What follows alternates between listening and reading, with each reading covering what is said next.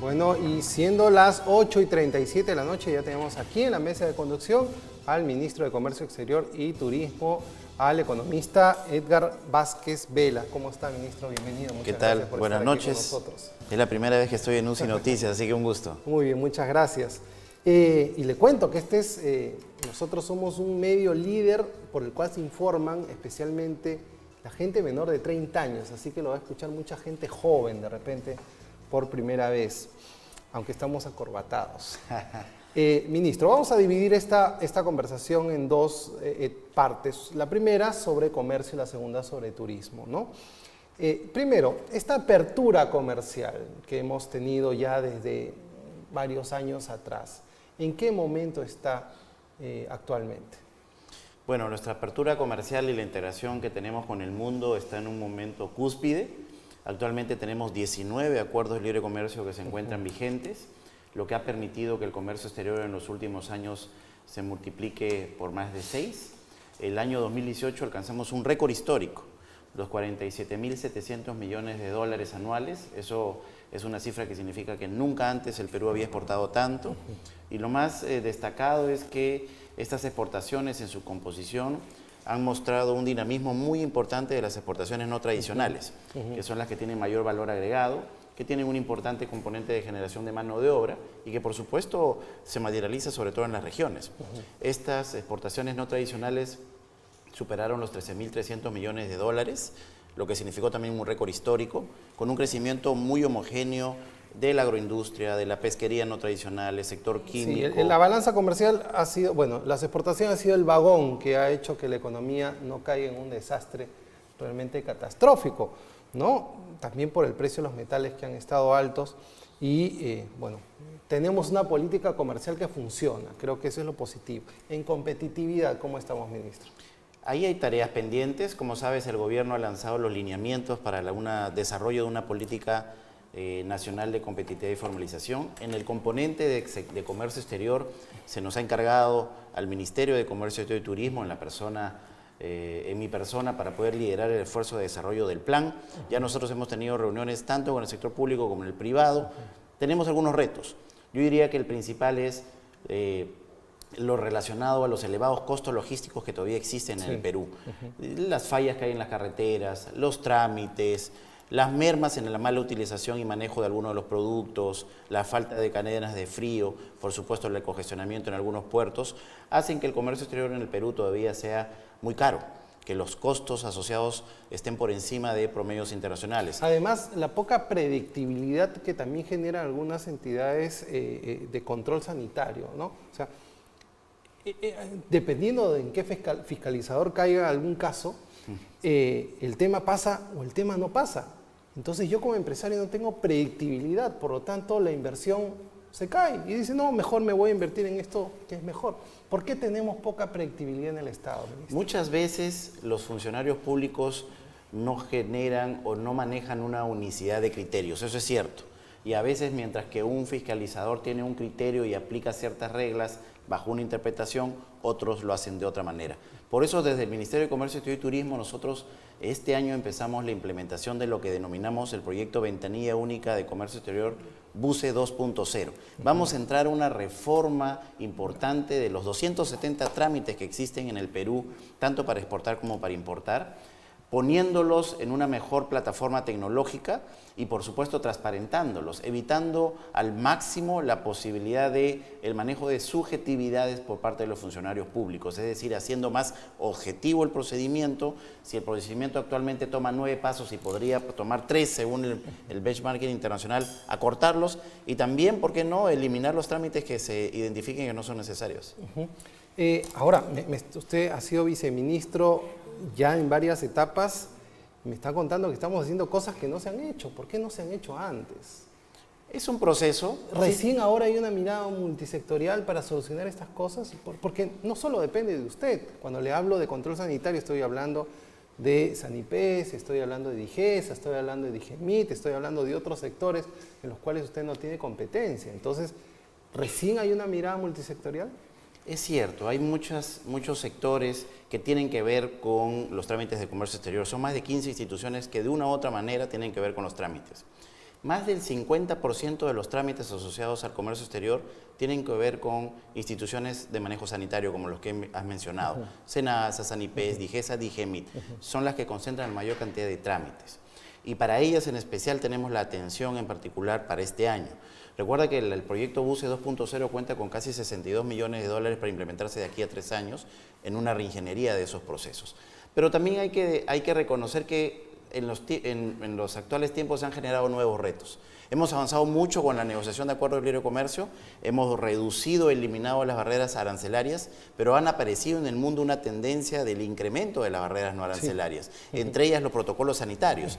Y entonces tenemos que poner a la altura de las circunstancias a nuestras instituciones, porque eso ha sido un proceso que ha ido evolucionando, ¿no? Eso es una cuestión natural.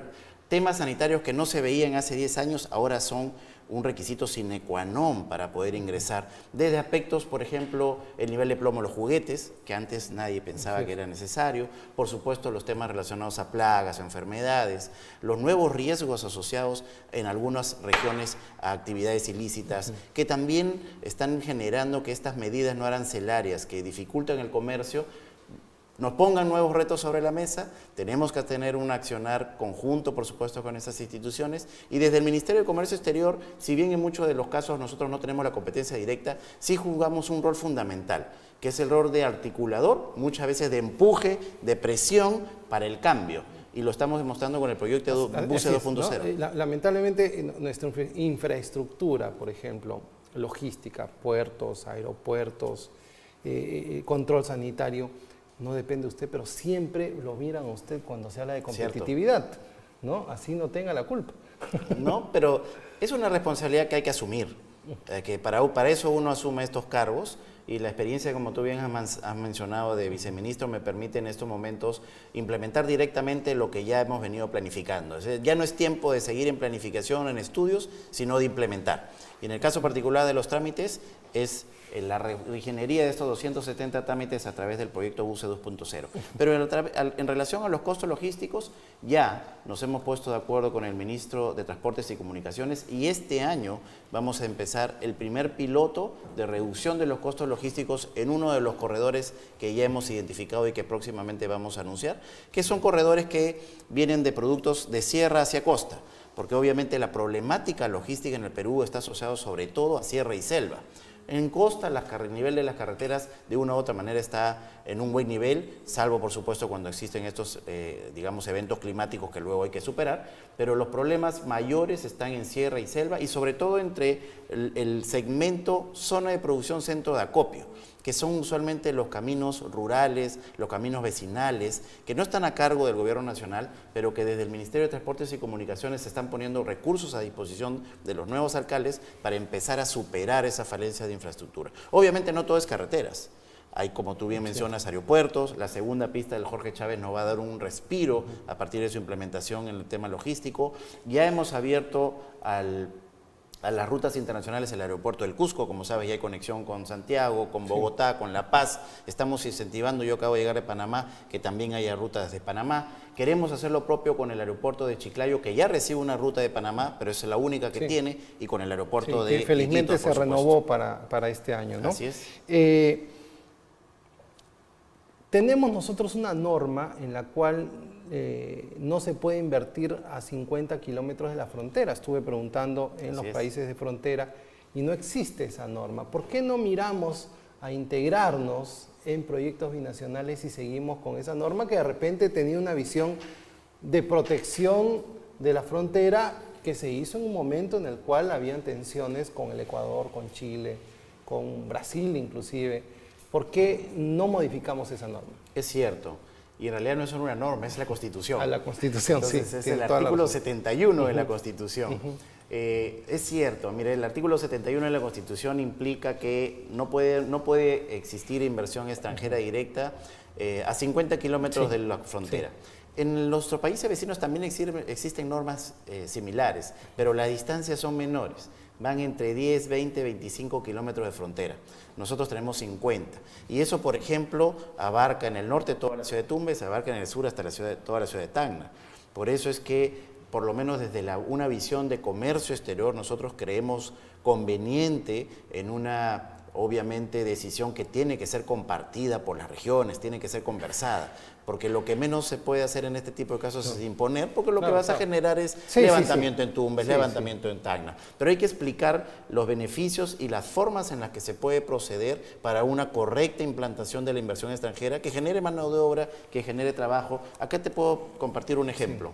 En la ciudad de Arica, que es una ciudad hermana en la frontera al sur con Tacna, hay una costumbre de los ariqueños de viajar siempre a Tacna por una cuestión de atención de servicios de salud, buenos dentistas, buenos cirujanos, la comida, la gastronomía, el turismo, la hotelería, los casinos, etc.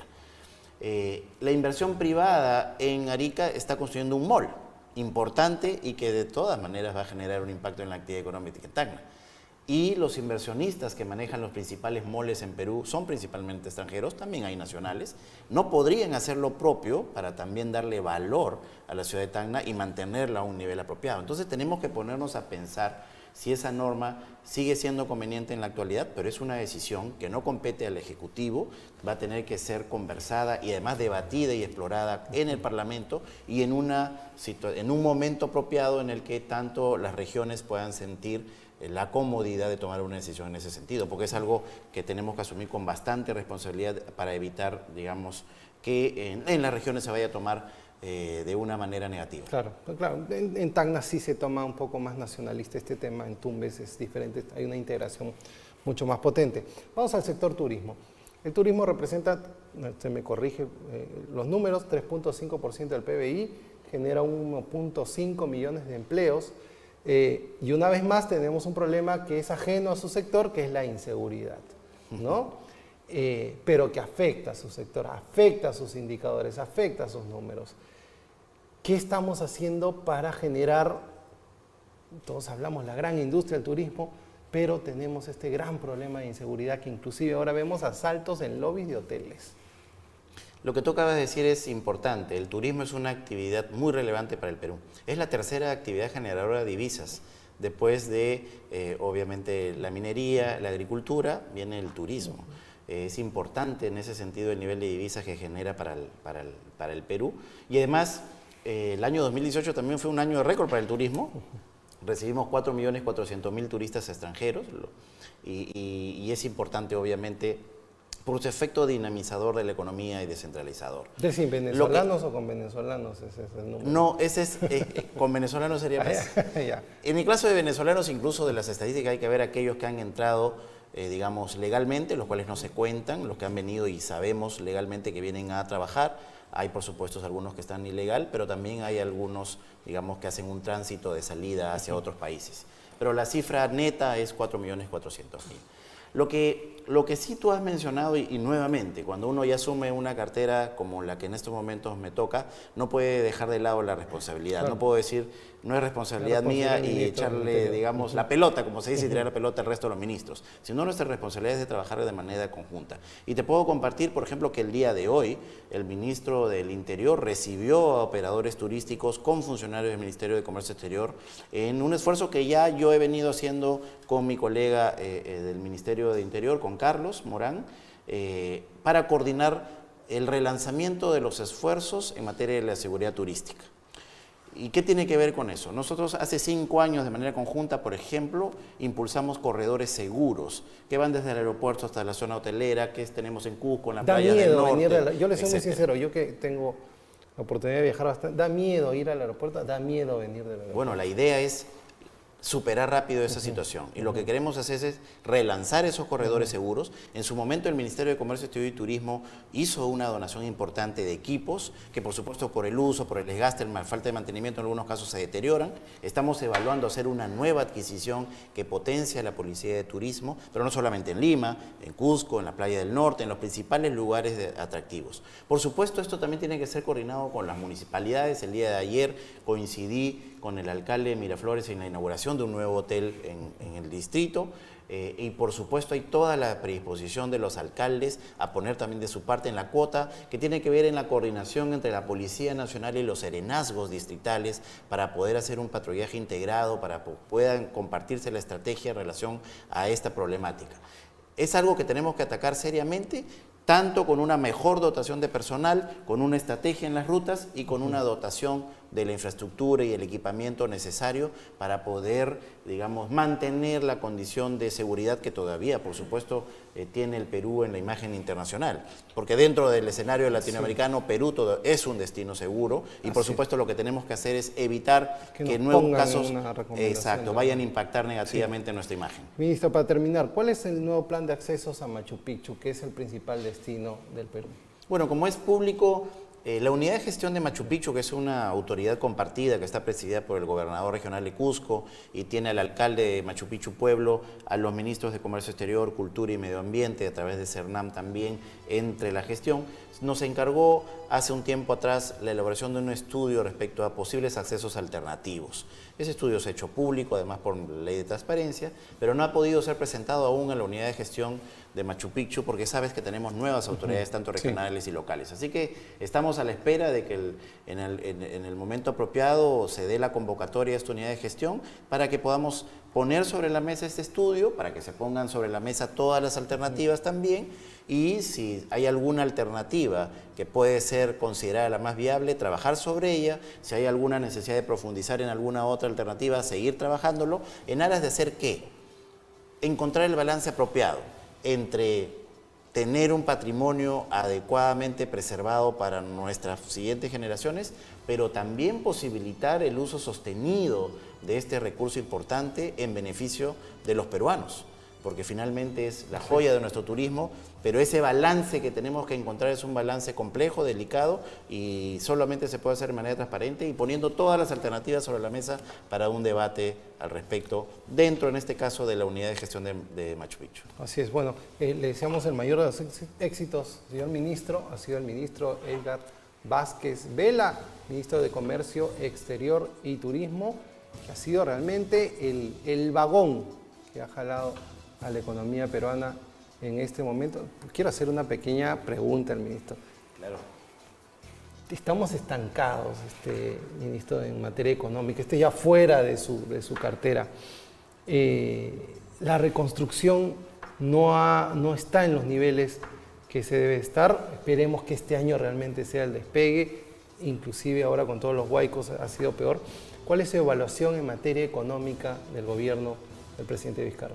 Yo sí, digamos, creo que la situación económica en el Perú, nosotros los peruanos la vemos más negativa porque siempre queremos más y eso es importante, eso es bueno, eso es positivo. Nos hemos acostumbrado a crecer por encima del 6% y esa presión de mantener esos niveles es positiva porque finalmente hace que el gobierno se impulse más, se esfuerce más.